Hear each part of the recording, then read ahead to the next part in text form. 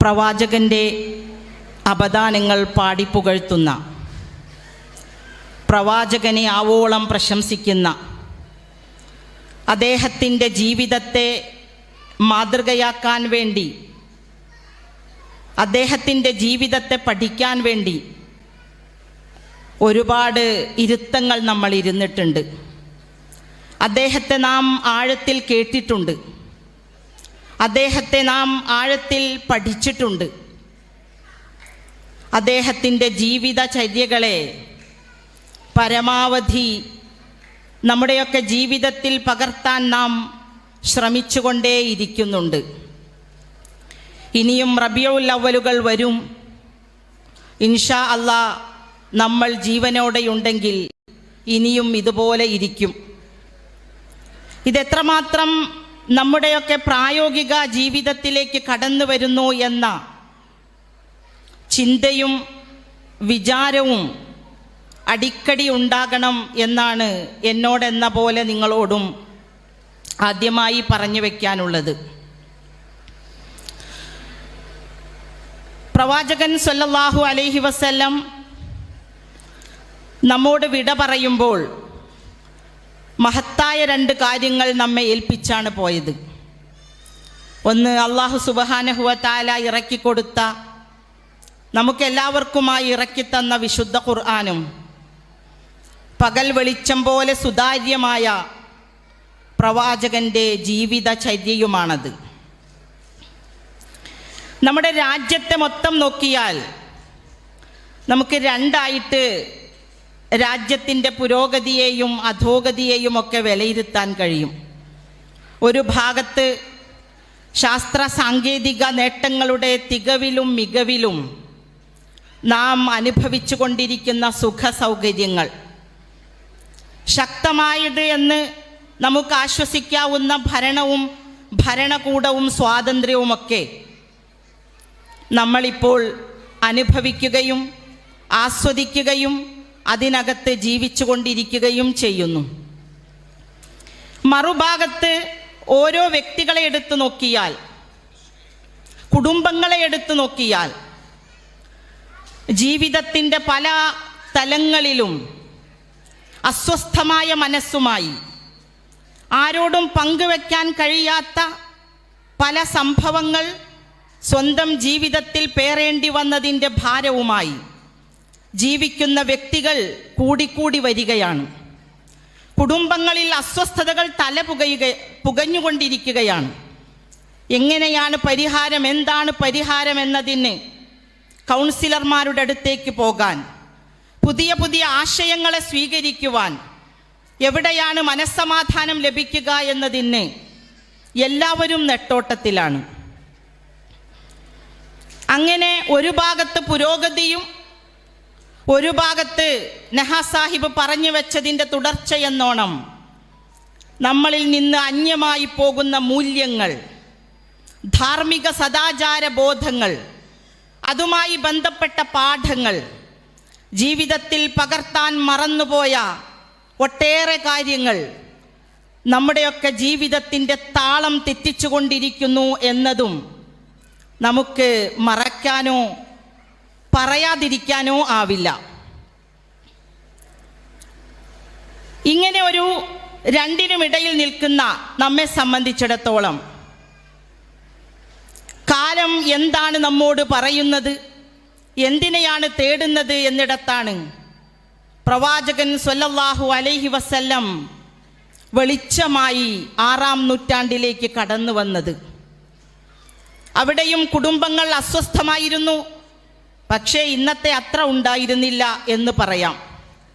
സാമൂഹ്യ ജീവിതവും രാഷ്ട്രീയ ജീവിതവും ദുരന്തപൂർണമായിരുന്നു. വിമോചകനായി, വെളിച്ചമായി പ്രവാചകൻ കടന്നു വന്നു. ആ പ്രവാചകൻ ഇന്നുമുണ്ട്.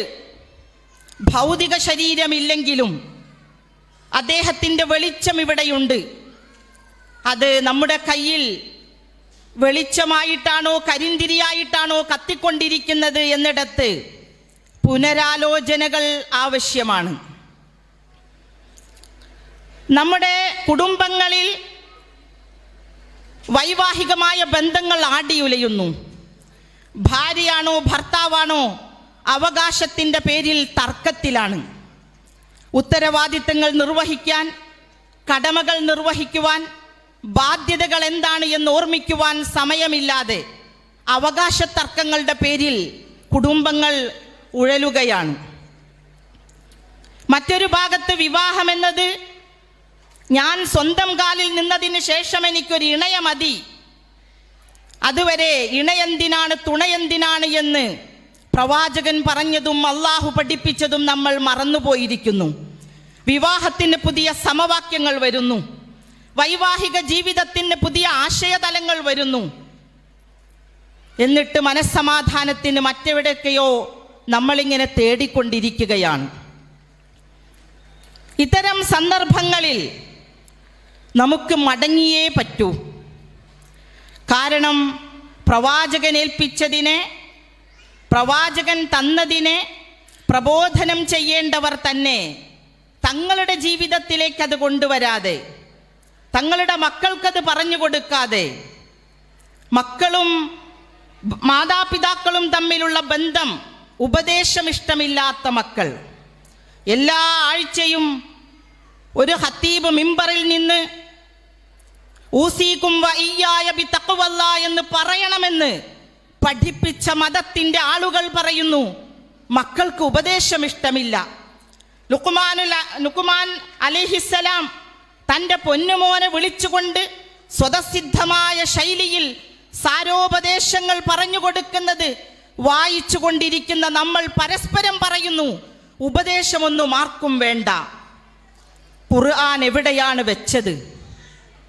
അത് മനോഹരമായ ഷോക്കേസുകളിൽ വെച്ചോ, അതിനെ എടുത്ത് ഹൃദയത്തിലേക്ക് ആവാഹിച്ചോ, അതിനെ ജീവിതത്തിൽ പകർത്താൻ സാധിച്ചോ? റൂമി പറഞ്ഞതുപോലെ പൊടി ഒരു ഭാഗത്തും മാവ് മറ്റൊരു ഭാഗത്തും ഇരുന്നിട്ട് കാര്യമില്ല. വെള്ളം ആ പൊടിയിൽ ലയിച്ചു ചേരണം, അപ്പോഴാണത് മാവായി രൂപാന്തരപ്പെടുന്നത്. ആ മാവിനെ വളരെ മനോഹരമായി, വളരെ ഭംഗിയായി അതിനെ കുഴച്ച് പരുവത്തിലാക്കിയാൽ നല്ല ആസ്വാദ്യകരമായ പലഹാരങ്ങൾ കഴിക്കാം, അത് മറ്റുള്ളവർക്ക് വിളമ്പാം, അവർ അത് ആസ്വദിച്ച് കഴിക്കുന്നത് ആനന്ദത്തോടെ നോക്കി നിൽക്കാം. പക്ഷേ നമ്മുടെ വിശ്വാസവും ജീവിതവും പൊടിയും വെള്ളവുമായി അപ്പുറത്തും ഇപ്പുറത്തും നിൽക്കുകയാണ്.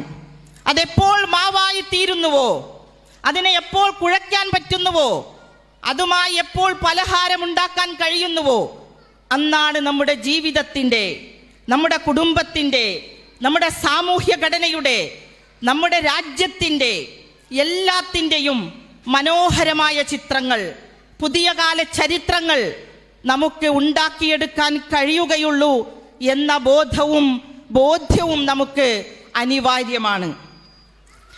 അല്ലാഹു സുബ്ഹാനഹു വ തആല പറഞ്ഞല്ലോ, ലഖദ് ജാഅക്കും റസൂലും മിൻ അൻഫുസിക്കും, നിങ്ങളിൽ നിന്ന് തന്നെ നിങ്ങൾക്കൊരു പ്രവാചകൻ വന്നിട്ടുണ്ട്. പ്രത്യക്ഷമായി അത് അറബികളോടുള്ളതാണ്. നിങ്ങളുടെ കൂടെ ജീവിച്ച, നിങ്ങൾക്ക് സുപരിചിതനായ, രാവും പകലും നിങ്ങളുടെ ഇടയിൽ നടന്ന ഒരു മനുഷ്യൻ 40ാമത്തെ വയസ്സിൽ ഇതാ പ്രവാചകനായി നിങ്ങൾക്ക് അവതീർണനായിരിക്കുന്നു. പരോക്ഷമായി ഈ ലോകത്തെ മുഴുവൻ ജനങ്ങളോടുമുള്ളതാണത്. നിങ്ങളിൽ നിന്ന് തന്നെ, നിങ്ങളെപ്പോലെ മനുഷ്യരൂപമുള്ള, നിങ്ങളെപ്പോലെ സംസാരിക്കുന്ന, നിങ്ങളെപ്പോലെ വികാര വിചാരങ്ങളുള്ള ഒരു മനുഷ്യൻ എന്ന നിലയ്ക്ക് മനുഷ്യൻ എന്തെല്ലാം ഉണ്ടോ അതെല്ലാം ഉള്ള ഒരു മനുഷ്യനെ തന്നെ നിങ്ങൾക്കിതാ പ്രവാചകനായി നിങ്ങളിൽ നിന്ന് നിശ്ചയിച്ചു തന്നിരിക്കുന്നു. അത് മുഴുവൻ മനുഷ്യരാശിയോടുമാണ്. അങ്ങനെ ഒരു പ്രവാചകൻ അവതീർണനായിരിക്കുന്നു. ആ പ്രവാചകന്റെ പ്രത്യേകത എന്താണ്? അസീസുൻ അലൈഹി മാ അനിത്തും, നിങ്ങൾ ക്ലേശിക്കുന്നത് അദ്ദേഹത്തിന് അസഹ്യമാണ്. ഇങ്ങനെ ഒരു നേതാവിനെ എവിടെയാണ് നമുക്ക് കാണാൻ കഴിയുക? നമ്മളൊന്ന് പ്രയാസപ്പെടുന്നത്, നമുക്കൊരു വേദന സംഭവിക്കുന്നത്, നമ്മളൊക്കെ നരകത്തിൻ്റെ വിറകുകളായി ആളിക്കത്തുന്നതിനെ സഹിക്കാൻ കഴിയാത്ത, അസഹനീയമായി കരുതുന്ന, നമ്മുടെയൊക്കെ ജീവിതത്തിൻ്റെ എല്ലാ സൗഭാഗ്യങ്ങളും സുഖങ്ങളും നമുക്ക് ലഭിക്കണമെന്ന് അതിയായി ആഗ്രഹിക്കുന്ന ഒരു പ്രവാചകനാണ് നിങ്ങളിൽ നിന്ന് അവതീർണനായിരിക്കുന്നത്. നിങ്ങൾ ആലോചിച്ചു നോക്ക്, നമ്മൾ എത്ര നേതാക്കന്മാരുടെ പിന്നാലെ പോകുന്നുണ്ട്, എത്ര പേർക്ക് ജയ് വിളിച്ചിട്ടുണ്ട്, എത്ര പേർക്ക് വേണ്ടി നമ്മളിൽ പലരും മരണം വരിച്ചിട്ടുണ്ട്, നമ്മുടെ തൊണ്ട പൊട്ടിച്ചിട്ടുണ്ട്. ഇങ്ങനെ വളരെ പരസ്യമായി പച്ചയ്ക്ക് നമുക്ക് വേണ്ടി നമ്മൾ അനുഭവിക്കുന്നതിന് നിങ്ങൾ എന്തെങ്കിലും ബുദ്ധിമുട്ട് അനുഭവിക്കുമ്പോൾ ആ നേതാവ് അസഹനീയമായ വ്യഥ കൊണ്ട് പുളയുന്നവനാണെന്ന് ആത്മാർത്ഥമായി പറയാൻ കഴിയുന്ന ഒരു നേതാവോ ഒരു തത്വസംഹിതയോ നമ്മുടെ മുന്നിൽ അണിനിരത്താൻ കഴിഞ്ഞിട്ടുണ്ടോ? പിന്നെ പറയുന്നുണ്ട്, ഹരീസുൻ അലൈക്കും, നിങ്ങളുടെ നന്മയിൽ അതീവ തൽപരനാണവൻ. അദ്ദേഹം അതീവ തൽപരനാണ്. നമ്മുടെ നന്മയാണ് അദ്ദേഹത്തിൻ്റെ ലക്ഷ്യം. ആ നമ്മുടെ നന്മയ്ക്ക് വേണ്ടിയാണ്, നമ്മുടെ ജീവിതത്തിൻ്റെ സുഖത്തിന് വേണ്ടിയാണ്, നമ്മൾ സന്തോഷത്തെ ആസ്വദിക്കാൻ വേണ്ടിയാണ് പ്രവാചകൻ സ്വല്ലല്ലാഹു അലൈഹി വസല്ലം ചില ധാർമ്മികമായ അതിർവരമ്പുകൾ, ചില സദാചാരമായ മൂല്യബോധങ്ങൾ നമ്മുടെ ജീവിതത്തിലേക്ക് ഇട്ട് തന്നത്. കാലം കടന്നപ്പോൾ നമ്മളിങ്ങനൊരു ബഹുസ്വര സമൂഹത്തിൽ ജീവിക്കുമ്പോൾ പ്രവാചകന്റെ അധ്യാപനങ്ങളെ നമ്മൾ അസ്വാതന്ത്ര്യമായി വ്യാഖ്യാനിച്ചു. അതൊക്കെ മോശമാണെന്ന് പറഞ്ഞു. കാലഘട്ടത്തിനനുസരിച്ച് നമുക്ക് ഉൾക്കൊള്ളാൻ കഴിയാത്തതാണെന്ന് പറഞ്ഞ് നമ്മളടക്കം നമ്മുടെ കുടുംബങ്ങളിലേക്ക് കൊണ്ടുവന്ന ലിബറലിസം, നമ്മളറിയാതെ നമ്മളുടെ വീടകങ്ങളിൽ കുഴിച്ചിട്ട സദാചാര ധാർമ്മികതയുടെ ബാലപാഠങ്ങൾ, അതല്ലേ നമ്മുടെ അകത്തളങ്ങളെ അത്രമേൽ അസ്വസ്ഥമാക്കിയത് എന്ന് നമ്മളൊന്ന് ആലോചിച്ച് നോക്കേണ്ടതുണ്ട്. എല്ലാം പ്രവാചകൻ പഠിപ്പിച്ചു തന്നിട്ടുണ്ടെങ്കിൽ, പ്രവാചകൻ വള്ളിപുള്ളി വിടാതെ വിശുദ്ധ ഖുർആൻ വിവരിച്ചു തന്നിട്ടുണ്ടെങ്കിൽ നമ്മുടെ നന്മയിലുള്ള അദ്ദേഹത്തിൻ്റെ താല്പര്യമാണ്. ഹിഡൻ അജണ്ടകളൊന്നും മറ്റ് നേതാക്കന്മാരെ പോലെ പ്രവാചകനുണ്ടായിരുന്നില്ല. ബിൽ മുഅ്മിനീന റഊഫുർ റഹീം. അടുത്തത് പറയാണ്, സത്യവിശ്വാസികളോട് അലിവും കാരുണ്യവുമുള്ളവനായിരുന്നു അദ്ദേഹം. റഊഫ് എന്ന് പറഞ്ഞാൽ ഒരു അനുയായിക്കൊരു വിഷമം വന്നാൽ അത് ദൂരീകരിച്ചു കൊടുക്കുകയും ആ അനുയായിക്ക് വിഷമം വരാതെ ശ്രദ്ധിക്കുകയും ചെയ്യുന്നവൻ. റഹീം എന്ന് പറഞ്ഞാൽ എപ്പോഴും തൻ്റെ അനുയായികൾക്ക് നന്മ മാത്രമുണ്ടാകണമെന്ന് ആഗ്രഹിക്കുന്നവൻ. ഇമാം റാസി പറയുന്നുണ്ട്, അല്ലാഹു സുബ്ഹാനഹു വ തആലയുടെ 99 നാമങ്ങളിൽ 2 എണ്ണം എടുത്തുകൊണ്ട് റഊഫും റഹീമും എടുത്ത് പ്രവാചകന്റെ അപദാനമായി വിശുദ്ധ ഖുർആൻ നമുക്ക് പഠിപ്പിച്ചു തരികയാണ്. ഇങ്ങനെ ഒരു നേതാവിൻ്റെ പാഠങ്ങൾ, ഇങ്ങനെ ഒരു നേതാവിൻ്റെ അധ്യാപനങ്ങൾ അതൊക്കെ മറന്ന്, അത് പഠിക്കാൻ സമയമില്ലാതെ ഫ്രോയിഡിൻ്റെ പിന്നാലെ, ബ്രൂണറുടെ പിന്നാലെ, അവരുടെ ആശയങ്ങൾക്ക് പിന്നാലെ, മറ്റ് പലരുടെയും തത്വങ്ങൾക്ക് പിന്നാലെ, ആരൊക്കെയോ ഉരുട്ടിവെച്ച പലതിൻ്റെയും പിന്നാലെ പോയി പ്രവാചകന്റെ അധ്യാപനങ്ങളെ മറന്നിട്ടുണ്ടെങ്കിൽ, പ്രവാചകൻ പഠിപ്പിച്ച അള്ളാഹു വരച്ചു കാണിച്ചു തന്ന അതിരുകൾ തെറ്റിച്ചു കളഞ്ഞിട്ടുണ്ടെങ്കിൽ അവിടെ നമ്മൾ പിടികൂടപ്പെടുക തന്നെ ചെയ്യും. നമ്മുടെ സന്തോഷമില്ലാതാകും, നമ്മുടെ സമാധാനം നഷ്ടപ്പെടും, കുടുംബാന്തരീക്ഷത്തിൽ അസ്വസ്ഥതകൾ പുകയുമെന്നതിന് നമ്മുടെ ഒക്കെ തന്നെ ചുറ്റുവട്ടങ്ങൾ സാക്ഷിയാണ്. അപ്പോ ഈ പ്രവാചകനെ നമുക്കെന്തെങ്കിലും വിഷമം വരുമ്പോൾ അസഹനീയമായ വ്യഥ ഉൾക്കൊള്ളുന്ന പ്രവാചകൻ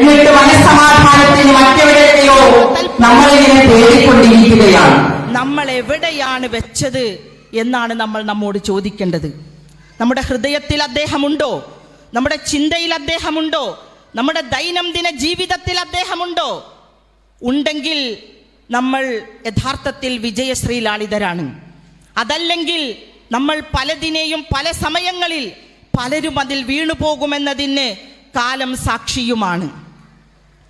പ്രവാചകൻ സ്വല്ലല്ലാഹു അലൈഹി വസല്ലം തൻ്റെ അനുയായികളോട് പറയുന്നുണ്ട്, മത്താ അൽഖാ ഇഖ്വാനി, എപ്പോഴാണ് ഞാൻ എൻ്റെ സഹോദരന്മാരെ കണ്ടുമുട്ടുക? ഖാലു, സ്വഹാബിമാര് ചോദിച്ചു, അലസ്നാ ഇഖ്വാനുക യാ റസൂലല്ലാഹ്, അള്ളാന്റെ പ്രവാചകരെ, നിങ്ങളുടെ സഹോദരന്മാര് ഞങ്ങളല്ലേ? ഞങ്ങളിത് അങ്ങയുടെ അടുത്തുണ്ടല്ലോ. റസൂലുള്ളാഹി സ്വല്ലല്ലാഹു അലൈഹി വസല്ലം പറഞ്ഞു, ബൽ അൻതും സ്വഹാബി, നിങ്ങൾ എൻ്റെ സ്വഹാബിമാരാണ്, സ്വഹാബെ കിറാമാണ് നിങ്ങൾ. എന്നോടൊപ്പം ജീവിക്കുന്ന, എന്നെ അറിയുന്ന, എന്നെ തൊടുന്ന, എന്നെ കണ്ടുകൊണ്ടിരിക്കുന്നവരാണ് നിങ്ങൾ. എന്നെ കാണാതെ, എൻ്റെ സാമീപ്യം ഇതുവരെ തൊട്ടറിയാതെ, എൻ്റെ സാമീപ്യം അനുഭവിച്ചറിയാതെ എന്നെ പിന്തുടരുന്നവരാണ് എൻ്റെ സഹോദരങ്ങൾ. ആരെ പറ്റിയാ പറഞ്ഞത്? നമ്മളെ പറ്റിയാണ്. ഒരു വേള നമ്മൾ ആലോചിക്കണം. പ്രവാചകൻ പറഞ്ഞ, പ്രവാചകൻ കാണാൻ കൊതിക്കുന്ന, പ്രവാചകൻ സലാം പറയാൻ ആഗ്രഹിക്കുന്ന, പ്രവാചകൻ കെട്ടിപ്പിടിച്ച് ആശ്ലേഷിക്കാൻ ആഗ്രഹിക്കുന്ന, കൊതിക്കുന്ന ആ സഹോദരന്മാരുടെ കൂട്ടത്തിൽ നമ്മളുണ്ടോ? നമ്മുടെ മക്കളുണ്ടോ? നമ്മുടെ ഇണകളുണ്ടോ? നമ്മുടെ കുടുംബാംഗങ്ങളുണ്ടോ? ഭാര്യയാണോ ഭർത്താവാണോ? ആത്മപരിശോധന നടത്തണം. എവിടെയാണ് നമ്മളൊക്കെ പ്രവാചകന്റെ ചിത്രത്തിൽ വരിക എന്നത് നമ്മൾ ആലോചിച്ച് നമുക്കൊരു തീരുമാനത്തിലെത്താൻ കഴിയേണ്ട വിഷയമാണ്. പ്രവാചകൻ പറയുന്നത് ഒരു നേതാവിനെ പോലെ വോട്ട് കിട്ടാൻ വേണ്ടി പറയുന്ന വർത്തമാനങ്ങളല്ല, കയ്യടി കിട്ടാൻ വേണ്ടി പറഞ്ഞ വർത്തമാനങ്ങളല്ല. പ്രവാചകൻ സ്വല്ലല്ലാഹു അലൈഹി വസല്ലം ആത്മാർത്ഥമായി പിൻഗാമികളായി തനിക്ക് വരാനിരിക്കുന്ന തൻ്റെ സഹോദരങ്ങളെ കാണാൻ ആഗ്രഹിക്കുന്ന ഒരു നേതാവിൻ്റെ ചോദ്യം നമ്മുടെ ഉൾത്തടങ്ങളിൽ ഉണ്ടാകണം. ആ ചോദ്യത്തിൻ്റെ മറുപടി നമ്മുടെ ജീവിതമായിരിക്കണം. എന്നിട്ട് അടുത്ത ആയത്തിൽ അള്ളാഹു പറയുന്നുണ്ട്, സൂറത്തു തൗബയിലെ 128 ഞാൻ നേരത്തെ പറഞ്ഞത്. 129 അള്ളാഹു സുബ്ഹാനഹു വ തആല പറയുന്നുണ്ട്, ഫഇൻ തവല്ലൗ, നിങ്ങൾ പിന്തിരിയുകയാണെങ്കിൽ, ഇതാ ഇങ്ങനെയൊക്കെയുള്ള ഒരു പ്രവാചകനെ ഞാൻ തന്നിട്ടുണ്ട്, നിങ്ങൾ പിന്തിരിയുകയാണോ? പിന്തിരിഞ്ഞോളൂ, ഒരു കുഴപ്പമില്ല. പ്രവാചകൻ പറയും, ഹസ്ബി അല്ലാ, എനിക്ക് അല്ലാഹു മതി. ആർക്ക് വേണമെങ്കിലും മാറിപ്പോകാം. പ്രവാചകന്റെ ബാലവിവാഹങ്ങളെ പറ്റി പറഞ്ഞ് പ്രവാചകനെ അതിമോശമായി ചിത്രീകരിച്ചു. പ്രവാചകൻ സ്വല്ലല്ലാഹു അലൈഹി വസല്ലം ഈ കാലഘട്ടത്തിന് പറ്റാത്തവനാണെന്ന് പറഞ്ഞ് നിങ്ങൾക്ക് മാറിപ്പോകാം. പ്രവാചകൻ പറയുന്നു, ഹസ്ബി അല്ലാ, എനിക്ക് അല്ലാഹു മതി. ലാ ഇലാഹ ഇല്ലാ ഹുവ അലൈഹി തവക്കൽ, ഞാൻ അവനിലാണ് ഭരമേൽപ്പിച്ചിട്ടുള്ളത്.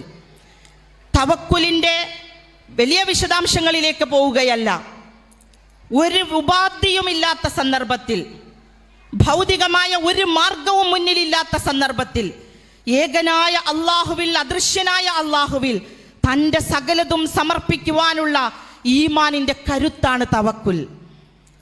രഹസ്യ ജീവിതത്തിൽ നമുക്കത് പാലിക്കാൻ കഴിഞ്ഞിട്ടുണ്ടോ എന്ന് ആലോചിച്ച് നോക്കണം. എന്നിട്ട് അള്ളാഹു പറയുന്നു, വഹുവ റബ്ബുൽ അർശിൽ അളീം, നിങ്ങളൊരു പക്ഷേ ചെറിയ ചെറിയ അധികാരങ്ങൾക്ക് വേണ്ടി, സ്ഥാനമാനങ്ങൾക്ക് വേണ്ടിയൊക്കെ പിന്തിരിയുകയാണെങ്കിൽ അള്ളാഹു സുബ്ഹാനഹു വ തആല മഹത്തായ അർശിന്റെ ഉടമസ്ഥനാണ്, അവനെ മതി. അപ്പം ഞാൻ പറഞ്ഞു വന്നത് എന്താണെന്ന് ചോദിച്ചാൽ, പ്രവാചകൻ സ്വല്ലല്ലാഹു അലൈഹി വസല്ലമയെ നമുക്കൊരു, അദ്ദേഹത്തിന് കൊടുക്കേണ്ട ഒരു സ്പേസ് ഉണ്ട്, ഒരു വിശ്വാസി കൊടുക്കേണ്ട സ്പേസ് ഉണ്ട്. ആ സ്പേസിനകത്തേക്ക് നമ്മുടെ പ്രവാചകനെ കുടിയിരുത്താൻ നമുക്ക് കഴിഞ്ഞിട്ടുണ്ടോ എന്നാണ്. പ്രവാചകൻ വിമോചകനായി അവതരിക്കുന്നു. അവതരിച്ചതോടുകൂടി സ്ത്രീകൾക്ക് കിട്ടുന്ന വലിയ ഒരു സ്വാതന്ത്ര്യമുണ്ട്, അവകാശമുണ്ട്, സ്ഥാനമുണ്ട്, പദവിയുണ്ട്. പ്രവാചകന്റെ അടുക്കലേക്ക് പരാതികൾ പ്രവഹിക്കുകയാണ്. പിതാവിനെ കുറിച്ച് പരാതി പറയുന്ന മകൾ, ഭർത്താവ് പറയുന്ന മകൾ, വെറുതെയല്ല, എനിക്ക് എന്റെ ഹൻസാവ് പറയുന്നു. ചോദ്യവും പറച്ചിലുമില്ല, വിവാഹമോചനം നടക്കുന്നു. പ്രവാചകൻ അവർക്ക് അവരുടേതായ ജീവിതം തെരഞ്ഞെടുക്കാൻ അനുമതി കൊടുക്കുന്നു. അബ്ദുല്ലാഹി ഇബ്നു ഉബയ്യിന്റെ മകൾ പ്രവാചകന്റെ വീട്ടുപടിക്കൽ സുബഹി നമസ്കാരം കഴിഞ്ഞു വരുന്ന പ്രവാചകൻ കാണുന്നു. ആരാണിത്? ജമീലയാണോ? അതെ. എന്താണ് പ്രശ്നം? എൻ്റെ ഭർത്താവ് സാബിത്താണ് പ്രശ്നം. സാബിത്തിന് എന്താണ് പ്രശ്നം? ഒരു പ്രശ്നവുമില്ല. മതപരമായി തികഞ്ഞ നിഷ്ഠയുള്ള, സത്യസന്ധത പുലർത്തുന്നവനാണ്.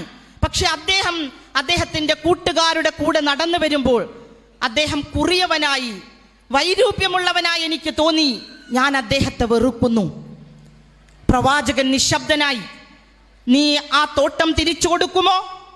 മഹറായി തന്നതല്ലേ, തിരിച്ചു കൊടുക്കാം. പ്രവാചകൻ സാബിത്തിനെ വിളിച്ചു. കരുണാമയനായ പ്രവാചകൻ ഒന്നും പറഞ്ഞില്ല. വിവാഹമോചനത്തിൻ്റെ കാരണങ്ങൾ സാബിത്തിനോട് പറയാതെ വിവാഹമോചനം അനുവദിക്കുന്നു. നമുക്ക് മഹല്ല സംവിധാനങ്ങളുണ്ട്. കുടുംബങ്ങളിൽ നീറി പുകയുന്ന പ്രശ്നങ്ങൾക്ക് ആരാണ് പരാതി കേൾക്കാനുള്ളത്? ആരാണിവിടെ പരിഹാരം നൽകാനുള്ളത്? ഏതെങ്കിലും ഒരു മതപണ്ഡിതന്റെ അടുത്ത് പോയാൽ അദ്ദേഹം ചെന്ന ഭാര്യയ്ക്ക് എന്തെങ്കിലും ഒരു പ്രതിവിധി നിശ്ചയിച്ചു കൊടുക്കും. അപ്പുറത്ത് മറ്റേയാള് വേറൊരു മതപണ്ഡിതന്റെ അടുത്ത് പോകുമ്പോൾ അയാൾ വേറെന്തെങ്കിലും ഒരു പ്രതിവിധി നിശ്ചയിക്കും.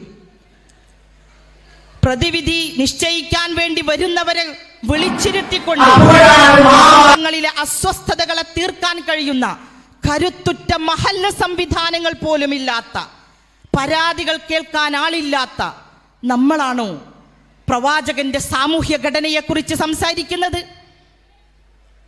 എന്തുകൊണ്ടാണ് ഇസ്ലാമിനെ മേൽ എല്ലാവരും പലതും അടിച്ചേൽപ്പിക്കുന്നതെന്ന് ചോദിച്ചാൽ, നമ്മൾ ഇസ്ലാമിന്റെ സാമൂഹ്യത, ഇസ്ലാമിന്റെ കാരുണ്യം, പ്രവാചകന്റെ അളവറ്റ കാരുണ്യമൊക്കെ പുസ്തകങ്ങളിലുണ്ട്, പ്രഭാഷണങ്ങളിലുണ്ട്.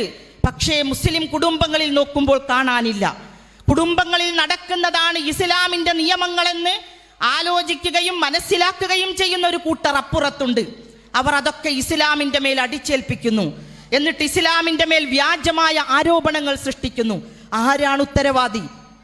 ഒരു നൈജീരിയൻ പഴമൊഴിയുണ്ട്. കോടാലി കാട്ടിലേക്ക് പ്രവേശിച്ചപ്പോൾ മരങ്ങൾ തമ്മിൽ പറഞ്ഞു, ആ കോടാലിയുടെ പിടിയുണ്ടല്ലോ അത് നമ്മളാണ് ട്ടോ എന്ന്. ആ കോടാലിക്കുണ്ടാക്കിയ മനോഹരമായ മരത്തിന്റെ പിടി നമ്മളാണ്.